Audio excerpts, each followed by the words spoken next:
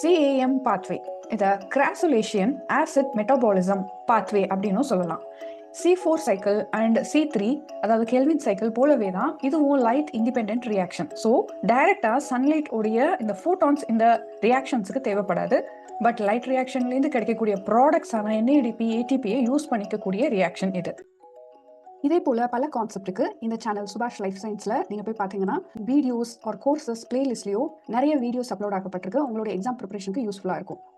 So இந்த CAM pathway இதுல என்ன ஸ்பெஷாலிட்டி அப்படின்னா, இது ஒரு போட்டோ சிந்தட்டிக் அடாப்டேஷன் கொண்டது அப்படின்னு சொல்லலாம். ஸ்பெசிஃபிக்கா எந்த பிளான்ட்ல அப்படின்னா சக்குலண்ட் பிளான்ட்.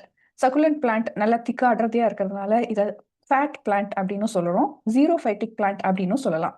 ஸோ இந்த பிளான்ட்ஸ் எல்லாம் எங்க வளரும், அதாவது இந்த கத்தாழை செடி, அதாவது இந்த கேக்டஸ், அதுக்கப்புறம் இந்த பைனாப்பிள் செடி, இதெல்லாம் எங்க வளரும் அப்படின்னா ஏரிட் கண்டிஷன், ட்ரை கிளைமேட்ல இருக்கக்கூடிய கண்டிஷன் ஒரு டெசர்ட்ல வளரும். ஸோ அங்க ஹை டெம்பரேச்சர் இருக்கும். எக்ஸாம்பிள் தான் நம்ம இங்க பார்க்குற கேக்டஸ். ஸோ ஃபர்ஸ்ட் இதை டிஸ்கவர் பண்ணது கிராசுலேசி ஃபேமிலின்றதுனால தான் இதை கிராசுலேசியன் ஆசிட் மெட்டாபாலிசம் பாத்வே அப்படின்னு சொல்றோம்.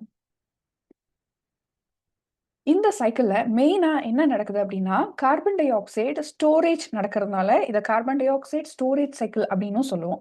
இந்த கார்பன் டை ஆக்சைடு ஏன் ஸ்டோர் ஆகப்படுது, இது போட்டோசிந்தசிஸ்க்கு எப்படி ஸ்டோர் ஆகிற கார்பன் டை ஆக்சைடு எப்படி யூஸ் ஆகுதுன்றத டீட்டெயிலாக பார்ப்போம்.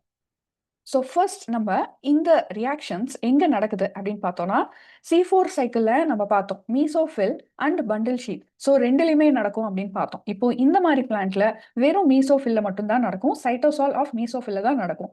முதல்ல நைட் டைம் தான் இந்த பிளான்ட் அதனுடைய ஸ்டொமேட்டாவை ஓப்பனா வச்சிருக்கோம். டே டைம்ல ஸ்டொமேட்டாவை க்ளோஸா வச்சிருக்கோம். ஸோ ஸ்டொமேட்டா ஓப்பனா இருந்தாதான் இந்த கேஸ் ஆன carbon di oxide and oxygen exchange நடக்கும். அட்மாஸ்பியரிக் மாய்ஸ்சர் அப்சார்ப்ஷன் நடக்கும். ஸோ நைட் டைம்ல தான் கார்பன் டை ஆக்சைடை எடுத்துக்கிட்டு சைட்டோசால்ல நடக்கக்கூடிய ரியாக்ஷன் தான் இந்த கேம் பாத்வே. இப்போ ஃபர்ஸ்ட் ஸ்டெப்பா atmospheric carbon dioxide night டைம்ல ஸ்டொமேட்டா வழியா இந்த சைட்டோசால் ஆஃப் மீசோஃபில் செல்ஸ்குள்ள போகுது. இப்போ இந்த carbon dioxide with help of carbonic anhydrase என்னவா கன்வெர்ட் ஆகுது அப்படின்னா பைகார்பனேட்டா கன்வெர்ட் ஆகுது. இந்த பைகார்பனேட் PEP அப்படின்ற பாஸ்போஈனால் பைருவேட் ஆல்ரெடி இந்த செல்குள்ள மீசோஃபில்குள்ள ப்ரொடியூஸ் ஆயிருக்கிற இந்த PEP, அதாவது இதுல கார்பன் 3 இருக்கிறதுனால C3 ஆசிட்னு சொல்லலாம். அதோட இந்த கார்பன் டை ஆக்சைடோடைய ப்ராடக்ட் சேர்ந்து என்ன கிடைக்குது அப்படின்னா C4 ப்ராடக்டான கார்பன் 4 ஆசிட் ப்ராடக்டான ஆக்சிலோ அசிட்டேட் கிடைக்குது.